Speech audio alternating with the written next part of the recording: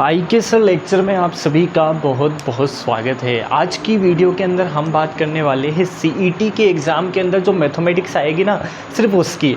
और बहुत ज़्यादा सिंपल है, सिर्फ और सिर्फ आपको कुछ नहीं करना है, सिर्फ और सिर्फ आपको वीडियोस देखनी है और समझना है। बस आप ये काम कर रहे हो ना, वीडियो देख रहे हो, समझ रहे हो अच्छे से और उसको हल्का फुल्का कॉपी के अंदर लिख रहे हो, तो आपका सीईटी के अंदर मैथ और साइंस दोनों बहुत अच्छे से निकल जाएगा। आपको तैयारी करनी है हिस्ट्री और दूसरे जो सब्जेक्ट है सिर्फ और सिर्फ उनकी, और बाकी जो दूसरे सब्जेक्ट है उनको मैं बोर्ड पर बहुत अच्छे से समझा दूंगा। सिर्फ और सिर्फ आपको वीडियो देखनी है और कुछ नहीं करना। दूसरा काम, सबसे पहले तो आप अपनी कॉपी और पेन को साइड में रख दीजिए और सिर्फ अच्छे से वीडियो देखिए और बात को समझिए। इसके अंदर क्या होगा, मैथ के अंदर आपको क्वेश्चन दे दिया जाएगा, है ना। जैसे कि मैंने कोई भी क्वेश्चन दे दिया आपको, ये दे दिया यहाँ पर 941192। आपको ये संख्या, ये नंबर दे दिया जाएगा और आपसे पूछा जाएगा कि भाई आप बताइए ये किसका क्यूब है। आपको लग रहा होगा मैंने पेपर के अंदर लिख दिया और मुझे पहले से रट लिया है मैंने इसको, और इसका आंसर मुझे बहुत अच्छे से पहले से होगा, लेकिन ऐसा मुझे बिल्कुल नहीं है। ये रैंडम नंबर है, ठीक है। मतलब ये किसी ना किसी का क्यूब तो है, ये मुझे पता है ये किसी ना किसी का क्यूब है, लेकिन ये मुझे नहीं पता कि ये किसका क्यूब है होगा। मतलब ऐसी कौन सी संख्या होगी जिसको इतनी बार गुणा किया तो उसका आंसर ये आ जाएगा, ठीक है। 3 बार गुणा किया उस संख्या को तो उसका आंसर ये आ जाएगा, और यही मुझे पता लगाना है। और ये जो चीज़ मैं अभी आपको बता रहा हूँ कि किस तरह निकालना है, यही चीज़ आपको अभी कुछ देर में समझ में आ जाएगी। सिर्फ और सिर्फ आपको कुछ नहीं करना, वीडियो को पूरी देखना है, बहुत आराम से देखना है। तो देखिए ये किसका क्यूब होगा, ये होगा हमारा 8 और ये वाला होगा 9 का। यानी कि ये 98 को जब 3 बार गुणा करेंगे ना हम, 98 मल्टीप्लाई 98 और मल्टीप्लाई 98 करने वाले हैं ना, तो हमारे पास ये नंबर आने वाला है 941192 आने वाला है। ये होगा 98। और आप चाहे तो आपको कुछ नहीं करना, कैलकुलेटर लीजिए, है ना। ये कैलकुलेटर मैंने लिया और मैंने यहाँ पर मल्टीप्लाई किया 98, ठीक है। मल्टीप्लाई 98 तो मेरे पास आया है 941192। देखिए सामने है 941192, यह आपको दे दिया गया है। और ये सिर्फ मैंने इसको देखने के बाद ही आपको बता दिया कि ये 998 का क्यूब होने वाला है। बहुत सिंपल, जैसा कि अभी मैंने आपको बताया ना, इसी तरह से आप इसको करने वाले हो। सिर्फ और सिर्फ आपको वीडियो पूरी देखना है और आपको इतना अच्छा समझ में आ जाएगा ना, ये मेरी आपकी गारंटी है, ठीक है। अब अगला देखिए, एक और ले लेते हैं क्वेश्चन, ठीक है। मैंने पहले से लिख लिया है क्योंकि मुझे याद नहीं है ना, क्यूब याद नहीं है भाई, रटा नहीं है मैंने, सिर्फ आपको निकाल के बता रहा हूँ। ये वाला पहला हो गया, ये हमारा दूसरा है। क्या लिखा हुआ है यहाँ, 704969। आप सभी लोगों को लग रहा होगा कि भाई ये तो रट कर आया है, लेकिन मैं रट के नहीं आया हूँ, ठीक है। तो ये किसका होगा, 89 का होगा। ये वाला 89 का क्यूब है। अब देखिए मल्टीप्लाई करके देख लेते हैं, है ना। 89 को 3 बार मल्टीप्लाई कर लेते हैं। ये मैंने 89 लिया है, मल्टीप्लाई 89 और मेरे पास आ गया 704969। 704969 ये इसका मल्टीप्लाई आया। सिर्फ इसको देखने के बाद ही मुझे इसका समझ में आ रहा है ना। और जैसे जिस तरह से मैं बता रहा हूँ ना, बिल्कुल सेम इसी मेथड से आप भी बताने वाले हो। सिर्फ क्या करना है, वीडियो को पूरी देखना है, स्किप नहीं करनी है। आपको लग रहा है वीडियो बड़ी हो रही है तो 2x की स्पीड पर देखना है, लेकिन वीडियो देखना है। और इस वीडियो को देखने के बाद में आप कोई भी 1 से 100 तक संख्या के अंदर आपको कोई भी नंबर दे दिया जाए और आपसे कहा जाए कि इसको का क्यूब क्या आने वाला है, या फिर आपको ये संख्या दे दिया जाए और आपसे पूछा जाए कि ये किसका क्यूब है, तो आप 2 मिनट में, 2 मिनट क्या 5 सेकंड में बता दोगे कि ये क्या है, किसका क्यूब है, ठीक है। तो वीडियो पूरी देखनी है, स्किप नहीं करनी है। और सबसे बड़ी बात क्या है कि आप जब सीईटी का एग्ज़ाम दे रहे हो ना, तो सीईटी के एग्ज़ाम के अंदर मैथमेटिक्स आएगी, है ना। और जो साइंस और मैथ वाले बच्चे होते हैं, साइंस मैथ वाले, अगर वो सीईटी का एग्ज़ाम देते हैं तो उनके लिए तो ये नॉर्मल होता है। लेकिन जो आर्ट्स के जो होते हैं ना बच्चे, जो 10th और 12th क्लास पास करने के बाद में सीईटी का एग्ज़ाम देते हैं, या कोई भी कंपटीशन का एग्ज़ाम देते हैं जो 12th बेस पर होती है या ग्रेजुएशन लेवल पर देते हैं, तो उनके मैथ और साइंस आना बहुत ज़रूरी है।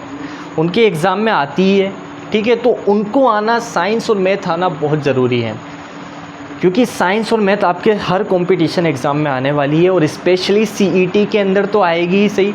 तो आपको ज़्यादा ध्यान देना होता है साइंस और मैथ पर, क्योंकि हिस्ट्री, ज्योग्राफी ये तो आपको आती है ना। आर्ट्स वाले जो बच्चे होते हैं उनको बहुत अच्छे से आता है, लेकिन उनको प्रॉब्लम आती है मैथ के अंदर और साइंस के अंदर। तो मैथ और साइंस के लिए हमारा चैनल मैं लेकर आया हूँ। आपको कुछ नहीं करना, सिर्फ इसको सब्सक्राइब करना है, और जो भी मैं पूरा कंप्लीट मैथ आपको बताने वाला हूँ और एकदम सिंपल मेथड से, सिर्फ और सिर्फ आपको सब्सक्राइब करना है, ठीक है। तो आप समझते हैं किस तरह मैंने ये किया है ना। ये क्यूब मैंने किस तरह निकाल दिए एक चीज़।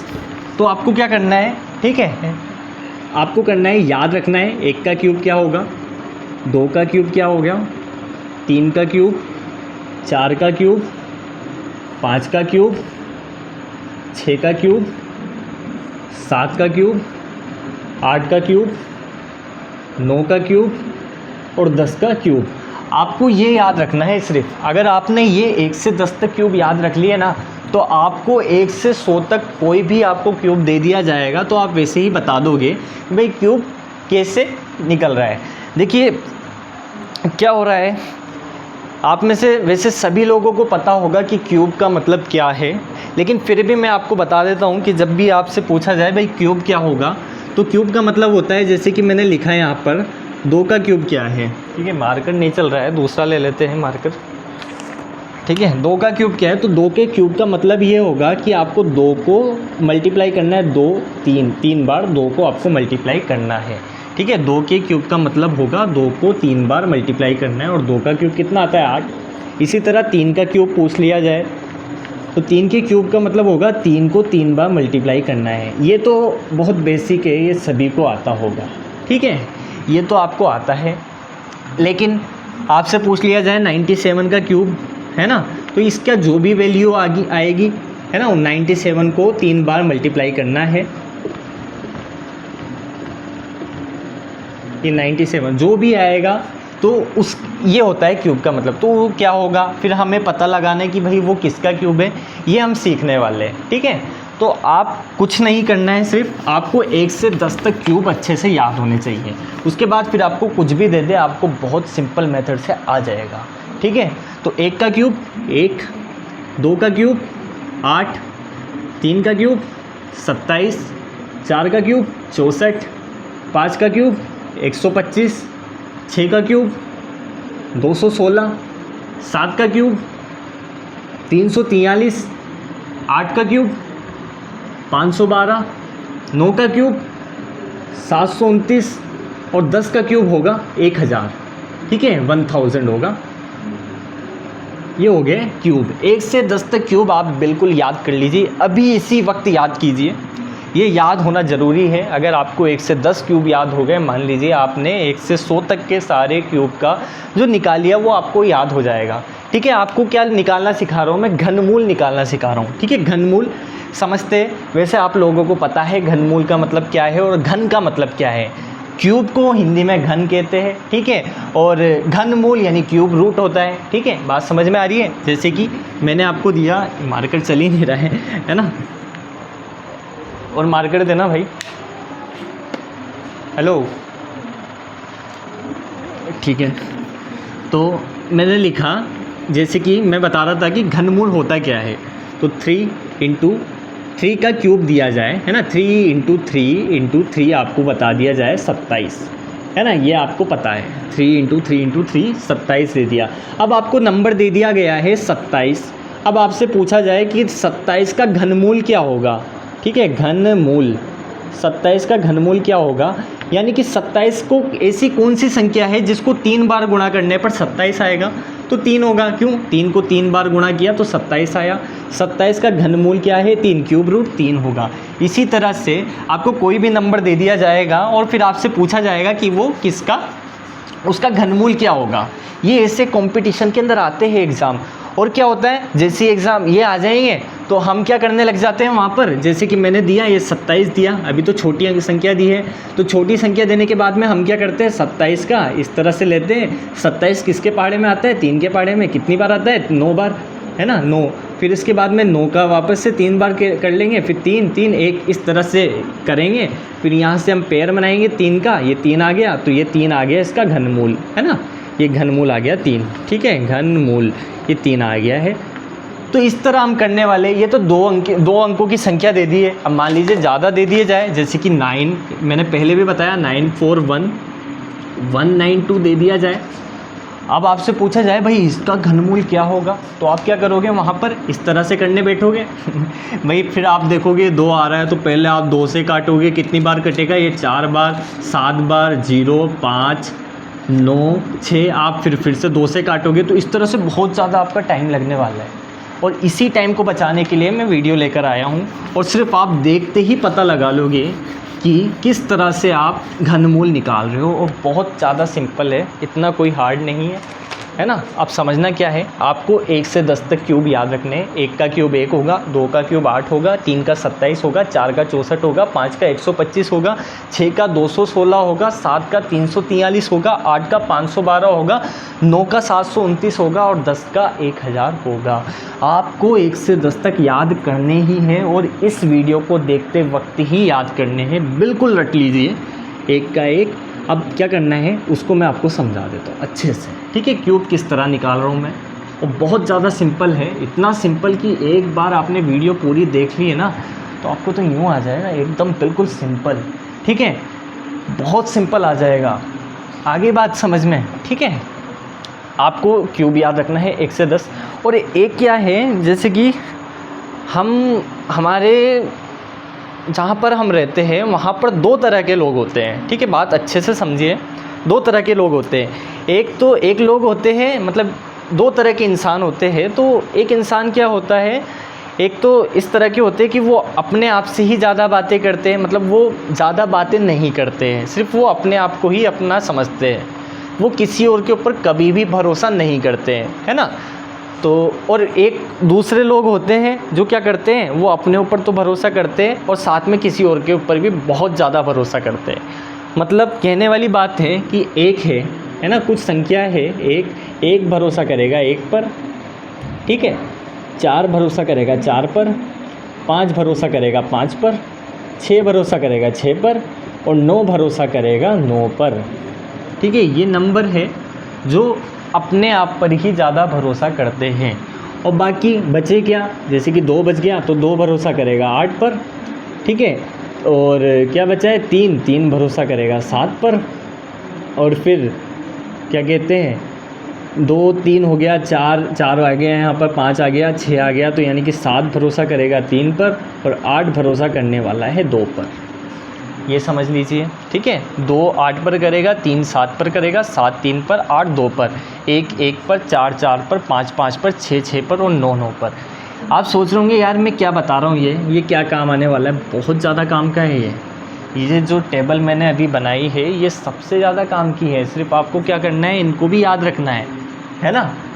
1 1 4 4 5 5 6 6 9 9, 2 8 पर, 3 7 पर, 7 3 पर, 8 2 पर, ठीक है। आपको क्या याद रखना है कि 1 दे दिया गया है, जब भी कोई भी संख्या दे दी जाएगी उसका इकाई का अंक 1 होगा, तो उसका भी जो आपका उसका घनमूल निकालोगे उसका भी इकाई का अंक 1 ही आने वाला है। समझ में नहीं आया? अभी हम एग्जाम्पल करेंगे, आपको बहुत अच्छे से समझ में आ जाएगा, ठीक है, आ जाएगा समझ में। मैंने एग्जाम्पल दिया आपको 1 3 2 6 5 1, ये मैंने एक संख्या दे दी है आपको, क्या दी है, 1 3 2 6 5 1।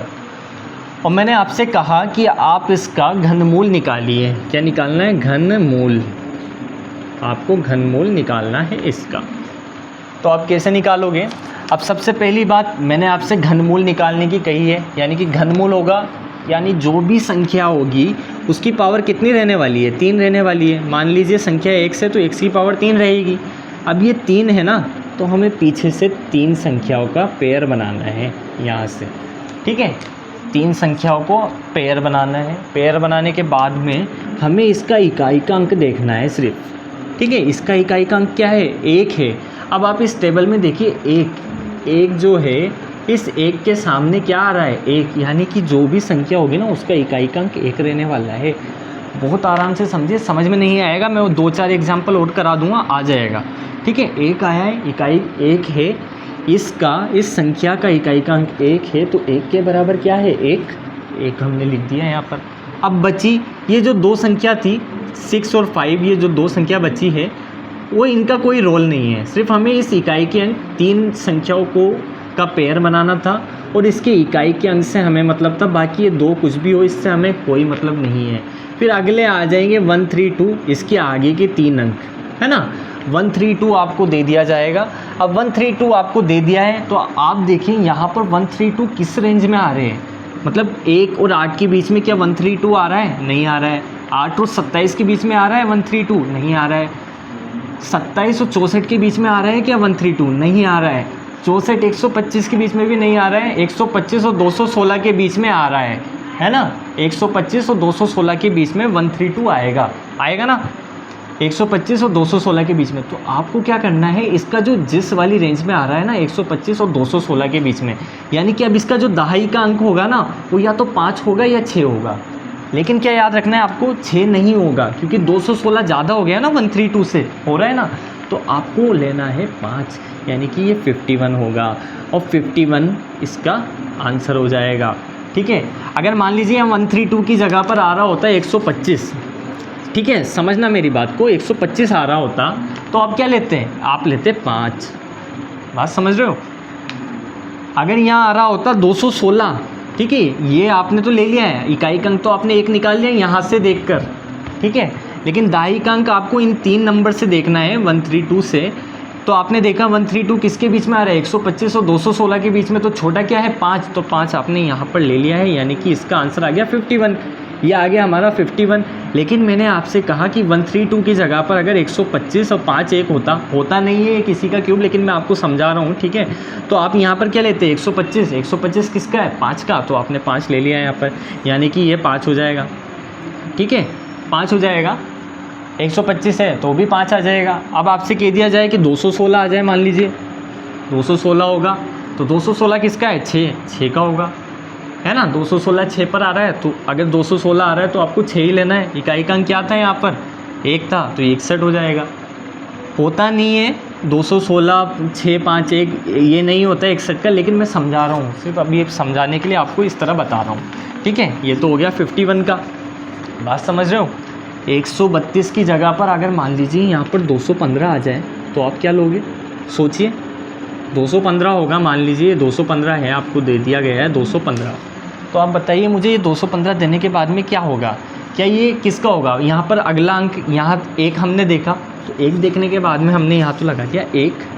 अब आपसे पूछा जाए कि अगला अंक क्या आने वाला है, तो 215 दे दिया ना। अब आप यहाँ देखिए 125 और 216 के बीच में आ रहा है, तो 216 के बीच में आ रहा है, तो 5 या 6 में से हम क्या लें, या तो 5 ले या 6 ले। अब क्या है 216 से तो छोटा है ना 215, अगर छोटा आ रहा है तो आपको क्या लेना है, 5 लेना है। बात समझ में आ रही है।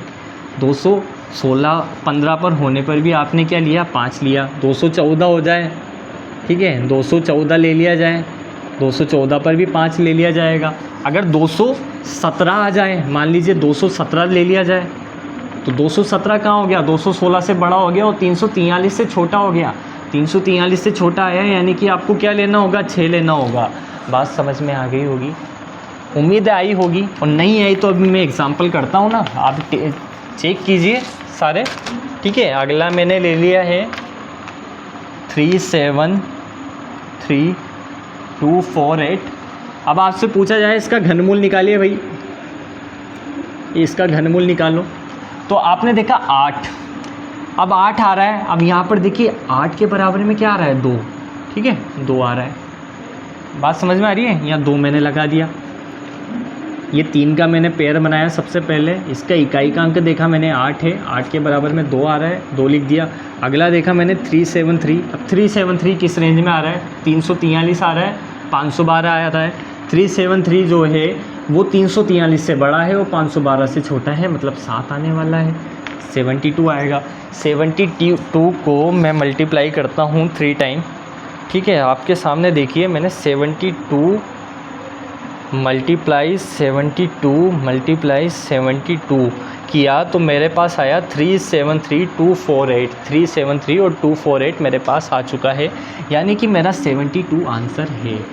अगला ले लेते हैं, बहुत ज़्यादा सिंपल है, मैं सारे एग्जांपल आपको करके बता रहा हूँ सिर्फ इससे। 68921, ठीक है, ये ले लिया, पीछे से 3, इकाई का अंक 1 है, 1 के बराबर में 1 आ रहा है, ले लिया।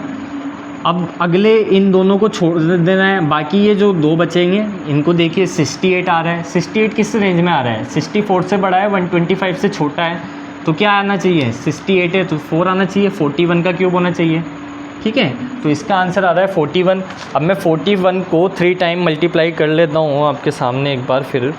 41 मल्टीप्लाई 41 मल्टीप्लाई 41 आ रहा है, 68921 आ रहा है, 68921 आ रहा है, ठीक है। अब क्या होता है इस वाले के अंदर, क्या होता है ना, हम एक मिस्टेक कर देते हैं। वो क्या करते हैं, हमें ना क्या करते हैं, सबसे ज़्यादा दिक्कत इसमें आ जाती है कभी कभी।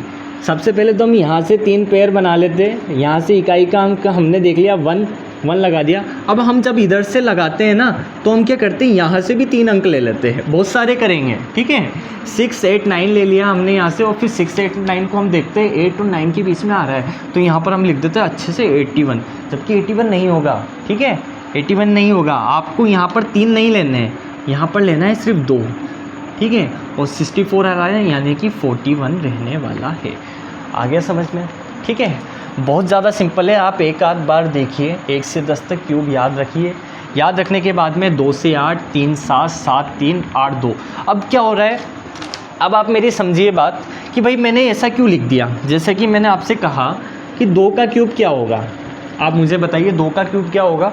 तो 2 का क्यूब होगा 8, यानी कि आप कोई भी संख्या ले लीजिए, ठीक है, 12 ले लीजिए, है ना, ये 12 ले लीजिए, 12 ली मैंने, है ना। 2 का क्यूब 8 देखा मैंने सबसे पहले, तो इसका इकाई का अंक क्या रहेगा, 8 ही रहने वाला है, मतलब इकाई का अंक जो आएगा वो 8 रहेगा। तो मुझे इकाई के अंक का तो पहले से पता चल गया, ठीक है, कि 2 का क्यूब जो भी निकलेगा उसका इकाई का अंक 8 रहेगा। इसी तरह हमने 12 ले लिया, अब 12 का क्यूब कितना रहने वाला है मैं आपको निकाल के दिखाता हूँ, ठीक है। 12 का क्यूब आपको दे दिया 12 मल्टीप्लाई 12 मल्टीप्लाई 12, है ना, ये आया हमारे पास 17 28 आया है, ठीक है। 12 का जो क्यूब है वो 17 28 आएगा, लेकिन इसका भी इकाई का अंक क्या है, 8 है ना, इकाई का अंक 8 है।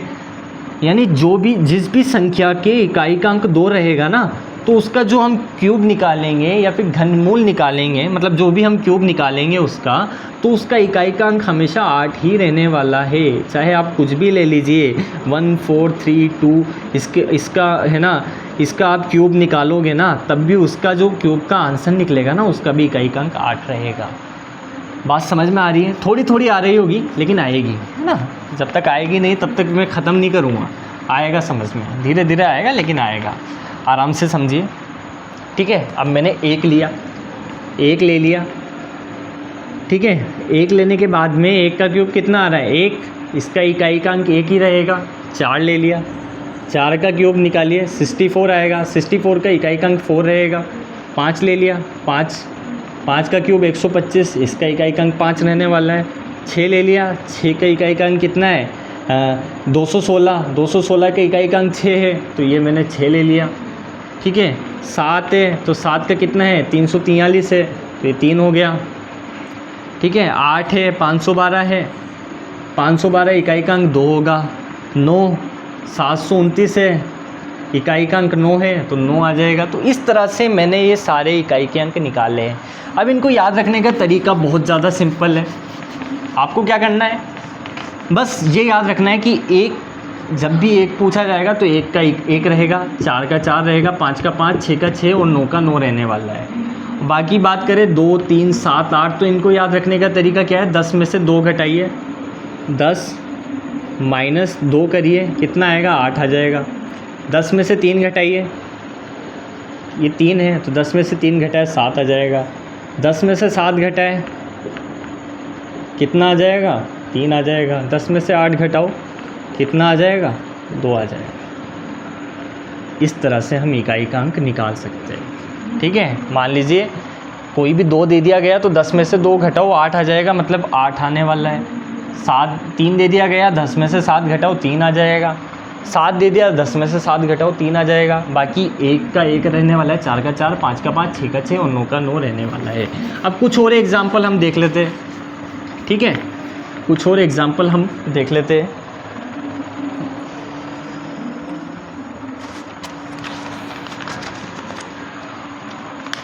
जैसे कि मैंने लिख दिया है, अब क्वेश्चन में लिख देता हूँ यहाँ पर।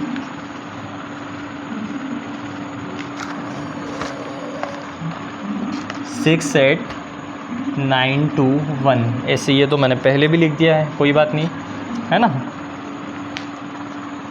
4 5 6 5 3 3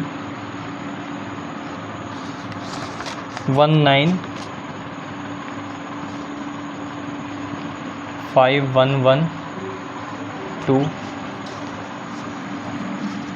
एक और ले लेते हैं, 3 4 3 0 0 और 0, ठीक है। एक और ले लेते हैं, लास्ट, इनको सोल्व करते हैं। 1 3 3 1,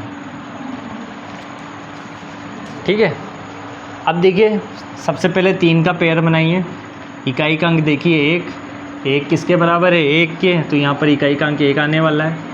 अब अगला देखिए 68 किस रेंज में आ रहा है, 64 125 यानी कि 4 आएगा, ये 41 आ जाएगा हमारा आंसर।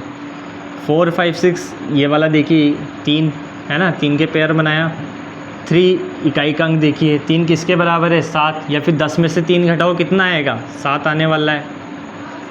4 5 6 है, 4 5 6 किस रेंज में आ रहा है, 7 और 8 के बीच में, तो ये वाला 77 हो जाएगा। अगला देखिए 3 का पेयर बनाया, 2 आ रहा है, 2 किसके बराबर, 8 है, या फिर 10 में से 2 घटाओ कितना आएगा, 8 आएगा। 195 आ रहा है, 195 देखिए कहाँ पर है, 195 125 और 216 के बीच में, यानी कि छोटा क्या है, 5 है, तो हमने क्या ले लिया, यहाँ पर 5 ले लिया। अगला देखिए 0, हाँ 0, तो जब भी आपको 3 0 दिख जाए मतलब लास्ट में आपको 0 लगाना है। मैंने यहाँ नहीं लिखा है 0 बराबर 0, ठीक है, 0 बराबर 0, 0 आ जाए तो पहला तो आ जाएगा 0, ये क्या था 1 3 3 1, है ना, 0 बराबर 0। और अगला देखिए 343 किसका है, 7 का, तो 7 का लगा दो, ये 70 का हो जाएगा। अगला देखिए 1331, तो ये देखा मैंने 1331, इकाई का अंक 1 है। अगला बचा 1 किस में आ रहा है, 1 के में, तो यानी कि 11 का जो क्यूब रहने वाला है 1331 रहने वाला है। उम्मीद है आप सभी लोगों को क्यूब समझ में आया होगा, ठीक है। फिर भी नहीं आता है तो आप प्लीज़ मुझे कमेंट कर दीजिए, नहीं आएगा तो मैं एक बार बहुत अच्छे से और ज़्यादा बहुत धीरे धीरे आपको समझाऊंगा, लेकिन आपका समझना ज़रूरी है। और आप क्या करना है, सिर्फ आपको चैनल को सब्सक्राइब कर दीजिए, क्योंकि क्या होता है आर्ट्स वालों को ज़्यादा प्रॉब्लम आती है और हो सकता है साइंस वालों को भी आ सकती है, ऐसा कोई नहीं। लेकिन आपके CET हो या कोई भी कंपटीशन का एग्ज़ाम हो, अगर आप ये लेक्चर्स देख रहे हो, लगातार देख रहे हो, पूरे देख रहे हो, तो आपको आ जाएगा। आप सिर्फ एक बार देखोगे ना इनको, आपको वैसे ही पता चल जाएगा। ये तो मैंने अभी आपको घनमूल निकालना सिखाया है, अगली वीडियो में मैं वर्गमूल निकालना सिखाऊंगा। और भी जो भी कंपटीशन के एग्ज़ाम में पूछा जाएगा ना, वो सारी चीज़ें बहुत सिंपल मेथड से आपको सिखाने वाला हूँ। ये मेरा मैथ का लेक्चर है, एक मैं साइंस का लेक्चर भी लाने वाला हूँ, है ना। अगला लेक्चर जो रहेगा वो साइंस और मैथ दोनों का रहेगा। और देखिए आप मेरे ऊपर भरोसा कीजिए, आपको सब्सक्राइब करना है चैनल को। साइंस और मैथ की ज़िम्मेदारी आपकी मेरी है, ठीक है। आपको साइंस और मैथ के अंदर नंबर लाने की ज़िम्मेदारी मेरी है, मैं पूरी कोशिश करूँगा, ठीक है। तो आप सिर्फ और सिर्फ चैनल को सब्सक्राइब करें, भरोसा करें। अभी घनमूल निकालना आया है, वर्गमूल निकालना आएगा, और धीरे धीरे पूरी मैथ आपको आ जाएगी जो भी कंपटीशन के एग्ज़ाम में पूछे जाने वाली है। तो प्लीज़ चैनल को सब्सक्राइब करें, पसंद आए तो वीडियो को लाइक करें, और अगर कुछ समझ में नहीं आए तो कमेंट करें, ठीक है। कमेंट कीजिए, नहीं आया तो मैं एक बार फिर से वीडियो बनाऊंगा, फिर नहीं आया फिर से बनाऊंगा, ठीक है। मैं बार बार बनाता ही रहूँगा, लेकिन आपका समझना ज़रूरी है, ठीक है। तो मिलते हैं अगले लेक्चर में। Thank you very much.